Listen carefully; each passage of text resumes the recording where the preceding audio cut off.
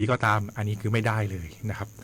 เน้นย้ำว่าต้องมีสัญชาติไทยโดยการเกิดเท่านั้นนะครับมีชื่ออยู่ในทะเบียนบ้านในเขตอบต.ที่สมัครรับเลือกตั้งนั้นนะครับเป็นเวลาติดต่อกันไม่น้อยกว่า1ปีนับถึงวันสมัครรับเลือกตั้งนะครับอันนี้ท่านก็สามารถสำรวจตัวเองได้อยู่แล้วนะครับว่าท่านมีคุณสมบัติเท่านี้หรือเปล่านะฮะอันนี้คือยกตัวอย่างในเรื่องของคุณสมบัตินะฮะส่วนลักษณะต้องห้ามนะครับอันนี้ต้องคุยกันยาวหน่อยนะลักษณะต้องห้ามต้องคุยกันยาวหน่อยเพราะว่าตามกฎหมายแล้วนะครับจะมีอยู่ทั้งหมด25ข้อ25ลักษณะต้องห้ามนะแต่ที่เจอกันนะครับที่เจอบ่อยๆเลยเนี่ยนะฮะที่เป็นประเด็นกันอยู่เนี่ยทุกวันเนี้ยนะครับก็จะมีอยู่ไม่กี่ข้อนะฮะผมยกตัวอย่างนะครับผมยกตัวอย่างนะลักษณะต้องห้ามนะครับที่เคยต้องคำพิพากษาอันถึงที่สุดนะครับหรือคำสั่งของศาลอันถึงที่สุดเนี่ยนะครับว่าได้กระทำความผิดต่อตำแหน่งหน้าที่ราชการหรือต่อตำแหน่งหน้าที่ในการยุติธรรมนะครับหรือความผิดที่เกี่ยวกับทรัพย์นะครับที่กระทำโดยทุจริตตามประมวลกฎหมายอาญานะครับหรือความผิดฐานนะครับเกี่ยวกับยาเสพติดนะครับฐานเป็นผู้ผลิต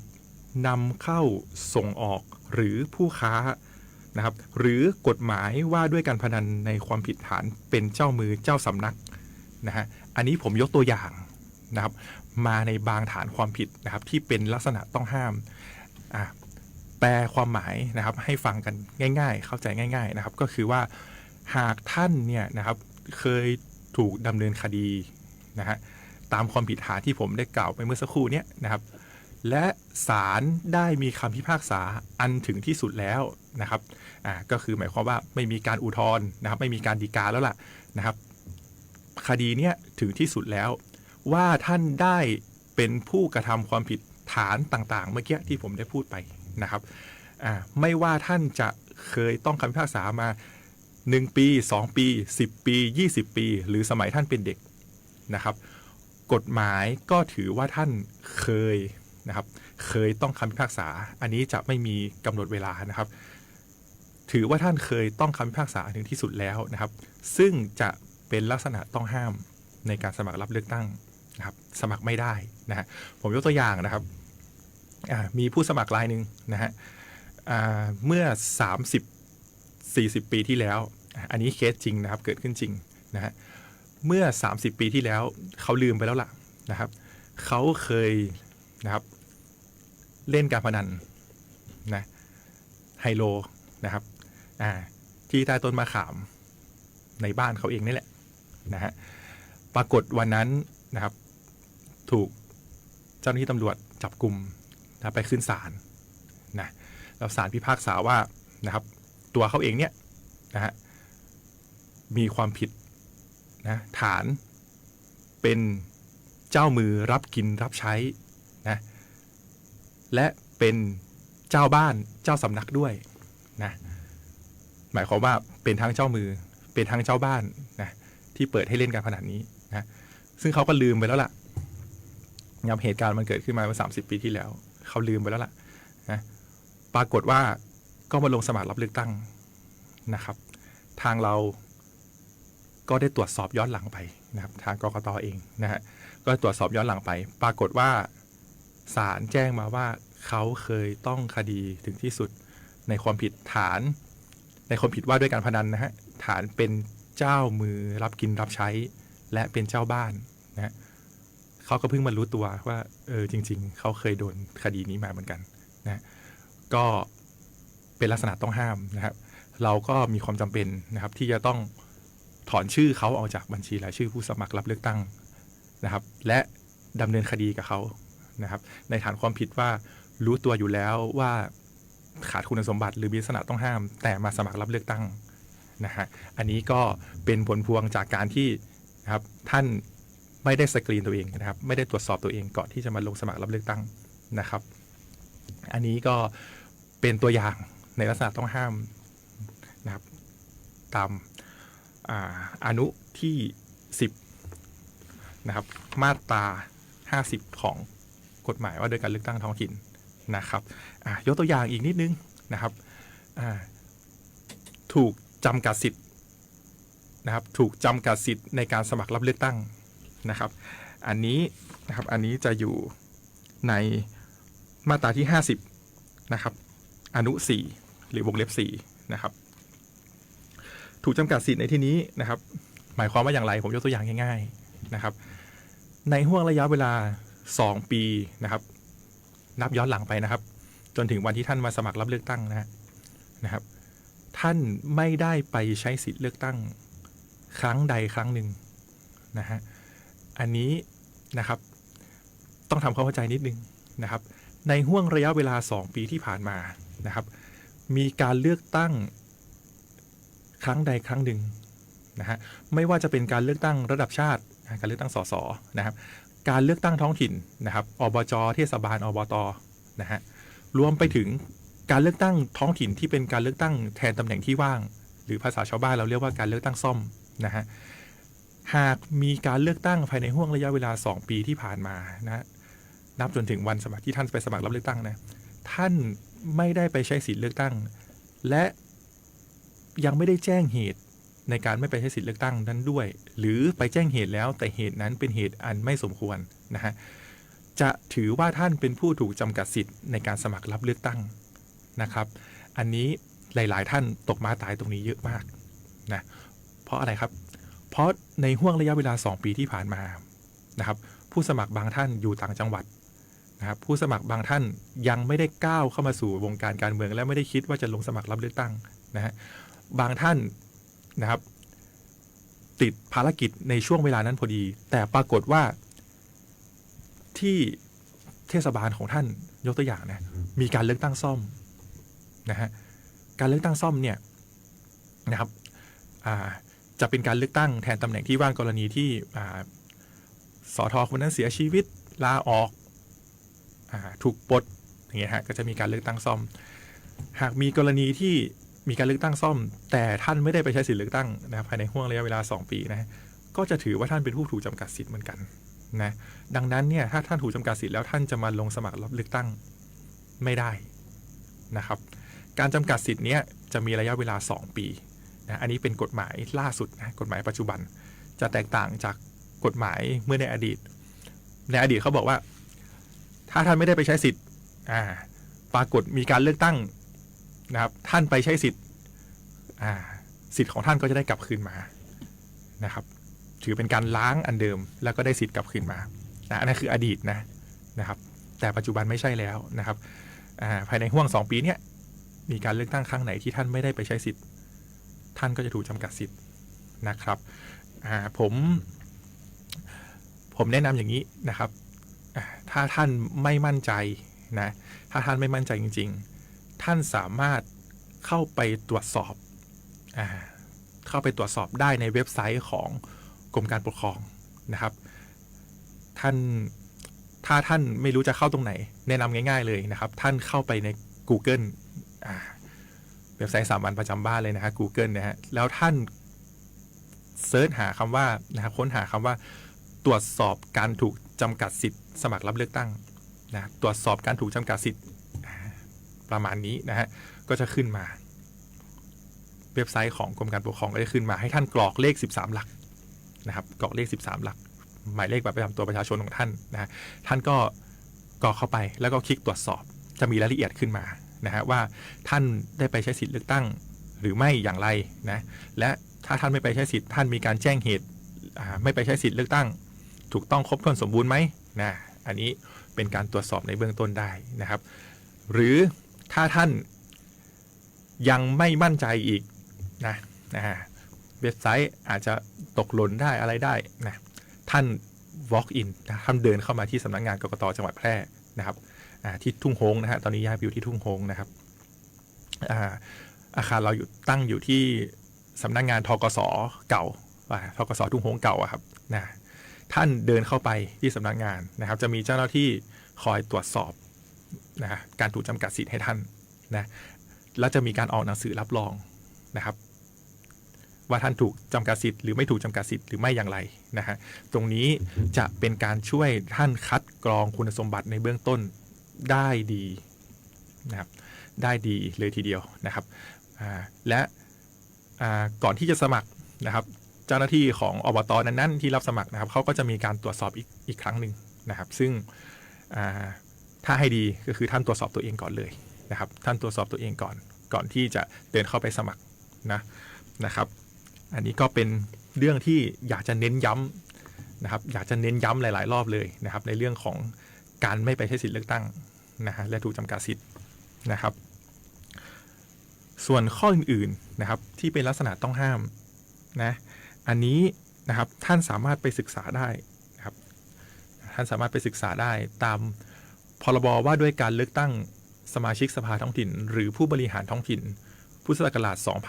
2562 นะครับตอนนี้เราแก้ไขเพิ่มเติมถึงอันนี้มีการแก้ไขเพิ่มเติมนะครับแต่ว่าเป็นการแก้ไขเพิ่มเติมตั้งแต่สมัยปี 2564 นะครับถ้าท่านไปค้นหาข้อมูลตอนนี้ก็จะเป็นข้อมูลที่เป็นปัจจุบันนะครับใช้พรบของปี 2562 นะครับส่วนเรื่องอื่นๆนะครับที่อยากจะเน้นย้ำให้กับผู้สมัครรับเลือกตั้งนะครับวันนี้เราจะขอเน้นในเรื่องของว่าที่ผู้สมัครนิดนึงนะฮะเพราะว่าหลายๆท่านให้ความสนใจแล้วก็สอบถามเข้ามาเป็นจำนวนมากเลยนะครับส่วนเรื่องนะครับการทำผิดกฎหมายข้อห้ามนะครับหรือว่าระเบียบที่เกี่ยวข้องกับการหาเสียงนะฮะตรงนี้นะครับอยากจะเน้นย้ำว่าขณะนี้เข้าสู่ช่วง180วันนะครับช่วง180วันก่อนการครบวาระนะครับท่านอยู่ในฤดูกาลของการหาเสียงเลือกตั้งนะครับดังนั้นว่าที่ผู้สมัครนะครับว่าที่ผู้สมัครที่ประสงค์จะลงสมัครรับเลือกตั้งนะครับท่านจะต้องดำรงตนนะครับให้อยู่ภายใต้ของกฎหมายว่าด้วยการเลือกตั้งท้องถิ่นนะครับและระเบียบว่าด้วยวิธีการหาเสียงและลักษณะต้องห้ามในการหาเสียงนะฮะผมยกตัวอย่างง่ายๆนะครับท่านจะต้องรู้ตัวแล้วนะครับว่ารอบนี้ท่านจะลงสมัครนายกอบต.นะครับท่านจะต้องรู้ว่านะครับกฎหมายนะครับที่เป็นยาหม้อใหญ่เลยนะครับเกี่ยวกับเรื่องของข้อห้ามความผิดคือกฎหมายว่าด้วยการนะครับมาตราที่ว่าด้วยการซื้อเสียงนะครับการซื้อเสียงก็คือกฎหมายมาตรา65นะครับของพรบว่าด้วยการเลือกตั้งท้องถิ่นปี62นะครับก็จะมีอยู่ทั้งหมด5อนุด้วยกันนะครับมาตรา65ว่าด้วยการภาษาชาวบ้านเราเรียกว่าการซื้อเสียงนั่นแหละนะครับ5ข้อนี้นะครับก็จะว่าด้วย1นะครับการให้เงินนะครับทรัพย์สินหรือผลประโยชน์อื่นใดเพื่อจูงใจให้ผู้มีสิทธิเลือกตั้งลงคะแนนให้แก่ตนเองหรือผู้สมัครอื่นนะครับกฎหมายใช้คำว่าผู้ใดนะฮะท่านอาจจะไม่ได้ทำเองก็ได้นะครับท่านจะไปให้สามีภรรยาลูกน้องนะครับหรือหัวคะแนนของท่านเนี่ยนะครับไปจ่ายเงินจ่ายทรัพย์สินเนี่ยเพื่อซื้อเสียงจูงใจให้ลงคะแนนให้ท่านเนี่ยนะครับก็มีความผิดเช่นเดียวกันนะครับอันนี้คือข้อที่1ข้อที่2นะครับให้โดยทางตรงหรือทางอ้อมซึ่งทรัพย์สินหรือผลประโยชน์อื่นใดแก่นะครับวัดสถาบันชุมชนมูลนิธินะครับเพื่อจูงใจให้ผู้มีสิทธิเลือกตั้งลงคะแนนให้แก่ผู้มีสิทธิเลือกตั้งนะครับหมายความว่ายังไงฮะหมายความว่าท่านนะครับเอาเงินเอาของไปบริจาคให้วัดนะอันนี้ผมยกตัวอย่างนะครับแล้วก็สกรีนชื่อท่านติดเลยนะแล้วก็มีการจูงใจว่าเนี่ยให้เพื่อที่จะจูงใจว่าการเลือกตั้งรอบหน้าเนี่ยชาวบ้านให้มาเลือกผมนะเลือกผู้สมัครคนนั้นคนนี้นะอย่างเงี้ยนะฮะถือเป็นการให้ที่ผิดกฎหมายตามมาตรา65วงเล็บ2นะครับเป็นการให้แก่วัดสถาบันชุมชนมูลนิธินะฮะไม่ได้นะครับอันนี้นะครับข้อที่3นะครับการจัดเลี้ยงนะฮะจัดเลี้ยงเพื่อจูงใจให้ผู้มีสิทธิเลือกตั้งลงคะแนนให้แก่ตนเองนะฮะจัดเลี้ยงในที่นี้ไม่ได้หมายความว่าจะจัดเลี้ยงโต๊ะจีนจัดเลี้ยงเป็นงานใหญ่ๆนะฮะไม่ใช่แบบนั้นเสมอไปนะฮะการเลี้ยงอาหารเครื่องดื่มเลี้ยงสุราครับนะฮะแก่ผู้มีสิทธิเลือกตั้ง พื่อที่จะจูงใจให้เขาเนี่ยนะครับมาลงคะแนนให้กับเราอันนี้ก็ผิดเช่นเดียวกันนะครับข้อที่ 4 จัดมหรสพหรืองานรื่นเริงนะฮะจัดงานลำวงจัดงานแสดงดนตรีใหญ่ๆเลยนะฮะเพื่อที่จะจูงใจให้ผู้มีสิทธิเลือกตั้งเนี่ยมาร่วมงานและก็มีการโฆษณาหาเสียงจูงใจให้เข้าไปลงคะแนนให้ท่านอันนี้ก็ไม่ได้นะครับผิด65มาตรา65นะครับและสุดท้ายนะครับของมาตรา65นะครับอนุที่5นะครับการหาเสียงโดยการหลอกลวงบังคับขู่เข็นใช้อิทธิพลคุกคามใส่ร้ายด้วยความเท็จหรือจูงใจให้เข้าใจผิดในคะแนนนิยมนะฮะอันนี้นะครับเน้นไปที่การหลอกลวงและก็จูงใจให้เข้าใจผิดในคะแนนนิยมนะฮะอันนี้เจอกันบ่อยนะครับยกตัวอย่างง่ายๆนะครับในระหว่างหาเสียงเลือกตั้งเนี่ยท่านก็จะนำเสนอตัวเองนะว่าท่านมีคุณสมบัติมีโปรไฟล์นะครับมีอดีตที่ผ่านมายังไงบ้าง1 2 3 4นะฮะท่านก็เขียนท่านก็พูดนะครับท่านก็เอาไปสื่อสารตามช่องทางต่างๆของท่านนะถ้าเป็นข้อความนะถ้าเป็นสิ่งที่เกิดขึ้นจริงนะและท่านมีประวัติแบบนั้นจริงๆนะอันนี้ทำได้ไม่ว่ากันนะฮะแต่หากท่านนะครับเจตนานะฮะที่จะใส่แต่งเติมเพิ่มนะฮะโปรไฟล์ของท่านให้ดูดีท่านไม่ได้จบปริญญาโทแต่ท่านไปใส่ว่าจบปริญญาโทนะท่านไม่เคยเป็นผู้ใหญ่บ้านท่านบอกว่าท่านเป็นอดีตผู้ใหญ่บ้านนะครับต่างๆเหล่านี้นะฮะเป็นการหลอกลวงหรือจูงใจให้เข้าใจผิดในคะแนนนิยมเพื่อให้ผู้มีสิทธิเลือกตั้งมาลงคะแนนให้แก่ท่านนะครับอันนี้ถือเป็นความผิดตามมาตรา65วงเล็บ5นะครับที่ผมพูดมาทั้งหมดนะครับก็เป็นการยกตัวอย่างนะครับมาตรานะครับที่ว่าด้วยการซื้อเสียงนะครับการกระทำต่างๆที่พบเห็นกันบ่อยมากในการเลือกตั้งไม่ว่าจะเป็นระดับชาติหรือระดับท้องถิ่นนะครับก็อยากจะเน้นย้ำว่าผู้สมัครนะครับหรือว่าที่ผู้สมัครเนี่ยตอนนี้เนี่ยนะครับท่านที่ประสงค์จะสมัครรับเลือกตั้งนะครับพึงระมัดระวังนะฮะแล้วก็กระทำตนให้อยู่ภายใต้กฎหมายว่าด้วยการเลือกตั้งท้องถิ่นนะครับอันนี้คือยกตัวอย่างมาแค่มาตราเดียวนะครับในส่วนอื่นๆนะครับที่เป็นระเบียบว่าด้วยการหาเสียงนะครับในช่วงหาเสียงนะฮะท่านก็นะครับมีสิทธิ์ในการหาเสียงโดยวิธีการต่างๆนะครับไม่ว่าจะเป็นการใช้ผู้ช่วยหาเสียงการหาเสียงทางสื่ออิเล็กทรอนิกส์นะครับการใช้ยานพาหนะในการหาเสียงการจัดเวทีปราศัยนะอันนี้ท่านสามารถทำได้นะครับแต่จะมีระเบียบนะครับที่ควบคุมตรงนี้อยู่ว่าก่อนที่ท่านจะดำเนินการหาเสียงด้วยวิธีการต่างๆที่ผมกล่าวไปเนี่ยนะฮะก็ขอให้ท่านนะครับแจ้งนะครับต่อผู้อำนวยการการเลือกตั้งประจำจังหวัดนะครับที่สำนักงานกกต.จังหวัดแพร่นะครับจะมีแบบฟอร์มเอกสารให้ท่านได้แจ้งนะครับอันนี้ก็ถ้าสนใจก็เข้าไปที่สำนักงานกกต.จังหวัดแพร่นะครับก็ตอนนี้นะครับถ้าท่านมีประเด็นข้อสอบถามข้อสงสัยอะไรนะครับก็สามารถเดินเข้าไปที่สำนักงานกกต.แพร่นะครับก็ยินดีต้อนรับแล้วก็สามารถให้คำปรึกษานะครับแล้วก็ชี้แจงนะครับในเรื่องของที่ท่านสงสัยนะครับทุกประเด็นนะถ้าตอบได้นะครับโอเคครับสำหรับวันนี้ก็ขอกล่าวคำว่าสวัสดีครับ